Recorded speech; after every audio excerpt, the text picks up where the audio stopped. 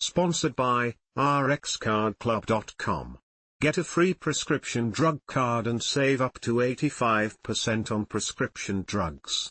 RxCardClub.com. How long does it take for Anoro Ellipta to start working? Anoro, umeclidinium and vilanterol will be absorbed into your lungs quickly, usually within 5 to 15 minutes after you take your dose. However, it is not used as a rescue inhaler for quick action when you have sudden breathing problems. Anoro Ellipta is used as a once-daily inhaler as a maintenance treatment for chronic obstructive pulmonary disease, COPD, over the long term. Anoro is only inhaled once per day because the medication effect lasts for at least 24 hours. Use your Anoro Ellipta inhaler at the same time every day.